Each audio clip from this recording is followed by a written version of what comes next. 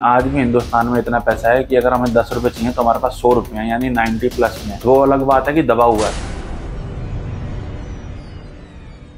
जैसा कि मैंने आपको कहा था कि मैं आज आपको एक स्टोरी सुनाऊंगा। वो स्टोरी है 3 छोटी छोटी बच्चियों की, मतलब बिल्कुल फूल जैसे बच्चे, लेकिन काफी अजीब लगेगी आपको और इस बारे में हम क्या कर सकते हैं उस बारे में सोचना पड़ेगा आप सबको। हुआ क्या कि कुछ दिन पहले की बात है, मैं एक जगह ऑफिस से जाते हुए छोले कुलचे खाने के लिए रुका। वहाँ मैंने छोले कुलचे खाए। छोले कुलचे खाने के बाद मैं थोड़ी देर बैठ गया क्योंकि मैंने किसी को शेक बनाने के लिए कह दिया था। तो वहाँ पे एक छोटी बच्ची आई और उसने मुझे कहा कि भैया चप्पल दिला दो। भैया नहीं, उसने अंकल कहा था एक्चुअली। तो मैंने कहा मैं क्यों दिलाऊं चप्पल तुझे, क्योंकि गरीबों को क्यों कुछ भी नहीं दिलाना चाहिए। इस पे मैंने वीडियो बना रखी है, आप देखिएगा। मैंने उसको बोला मैं क्यों चप्पल दिलाऊं तुझे, तो उसने कहा मुझे चप्पल चाहिए। तो मैंने कहा आप रहते कहाँ हो और आप क्यों मांग रहे हो, आपके फादर कहाँ है, मदर कहाँ है, ये सब। तो जैसे ही मैंने उससे पूछा, उसकी ना कैसेट चल पड़ी। मेरी मम्मी ट्रक के नीचे आके मर गई थी, मेरे पापा अपाहिज हो गए थे, मेरी एक छोटी बहन है, पापा उसको पालते हैं, और ऐसे करके मेरे पापा वहाँ रहते हैं। उसने किस जगह का नाम बताया था, मेरे को जगह तो नहीं पता। तो उसने मुझे ये बताया कि भाई मेरे पापा यहाँ रहते हैं, मेरे पापा अपाहिज हैं, उनके पास एक छोटी गुड़िया है, इसलिए वो कमा खा नहीं सकते, इसलिए मैं भीख मांग रही हूँ। मैं चलो भाई ठीक है, कोई बात नहीं। तो इतने में उससे बात कर रहा था, इतने में एक और लड़की आ गई। वो लड़की आई तो जब तक मुझे ये स्टोरी सच लग रही थी, मैं आपको सच बताऊँ तो।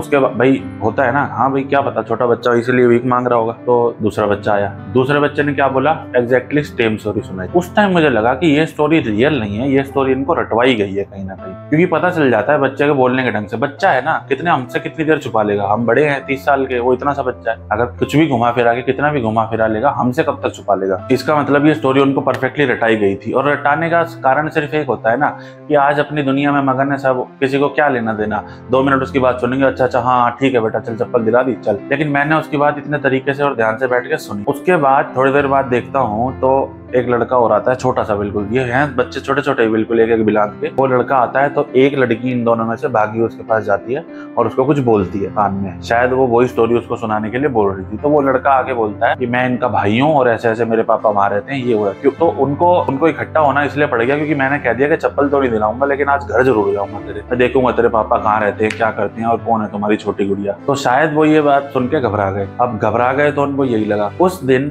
वो तो चले गए, ठीक है, मैंने नहीं दिलाया, 1 रुपया भी नहीं खर्चना चाहिए इनके ऊपर। और जो आसपास जो आइसक्रीम दिलाने वाले थे, मैंने उनको भी मना कर दिया कि इनको कुछ मत दिलाना। लेकिन उस दिन मैंने इस चीज को वो पूरा दिन दिया। वहां से जाके मैं वापस घर आ गया। तो घर आके मैंने उस दिन ये सोचा कि हमारे देश में हर रेड लाइट पे ऐसे कितने ही बच्चे हैं। अब अगर ये बच्चे पढ़ नहीं रहे हैं तो इसका मतलब कुछ तो कर रहे हैं। क्या कर रहे हैं, भीख मांग रहे हैं। भीख मांग रहे हैं मतलब मेहनत नहीं सीख रहे हैं। क्या इनमें लड़कियां भी हैं, मेजोरिटी में लड़के भी हैं। तो आगे क्या होगा सोच के देखो, देश के आज हालात क्या है। धनाधन फोन स्नैचिंग और ये हो रही है और पुलिस वाले कहते थे हमें कुछ नहीं पता, ठीक है, इनको कुछ नहीं पता, चलो मान लिया। अब ये रोड पे जो ये पड़े रहते हैं, ये इन बड़े लोग भी हैं, छोटे भी, कहाँ से आ रहे हैं ये लोग, कौन है ये लोग, क्यों सरकार इनसे नहीं पूछती कि भाई आप कहाँ से आए हो, आपके पास कोई स्किल है, अगर नहीं है तो हम आपको स्किल्ड करेंगे। आपको कहीं मतलब शिविर नहीं देना है इनको, बैठने खाना पीना नहीं देना। इनसे पूछो कि भाई आप कुछ कर सकते हो, कुछ करने योग्य हो, नहीं हो तो ये काम सीखो, सिलाई कढ़ाई बुनाई या चावल पीसना ढोना, कुछ भी सीखो, लेकिन करो, मेहनत करो, भीख नहीं मांगोगे सड़क पे। ये लिटरली मतलब मैं कहना नहीं चाहिए लेकिन हिंदुस्तान को गंदा करने लग रहे हैं। और ऊपर से भीख मांगने का एक और तरीका है कि बच्चे पैदा कर लेते हैं। तो चाहे ये लाइन आपको कितनी भी बुरी लगती हो, मैंने मेरे सामने किसी ने कही थी तो मुझे खुद इतना बुरा लगा था, यार ऐसे मत बोल, लेकिन उसने ये लाइन सही कही थी। कह रहा यार तू नहीं जानता इनको। तो मैंने कहा क्यों, कह रहे भाई मत पैदा करो अगर नहीं पाल सकते तो।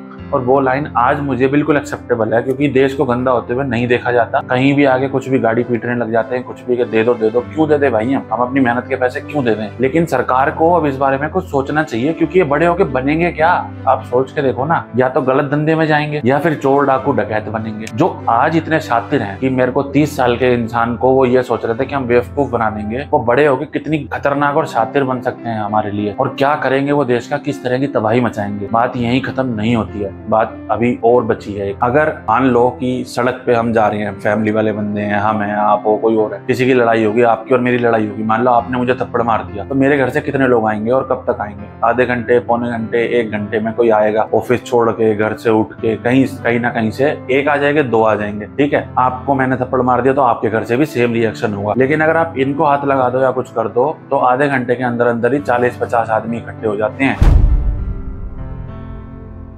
इतना बड़ा नेटवर्क, इतने पावरफुल, कैसे, क्या हो रहा है ये देश में, क्या सरकार इस चीज पे ध्यान नहीं दे सकती।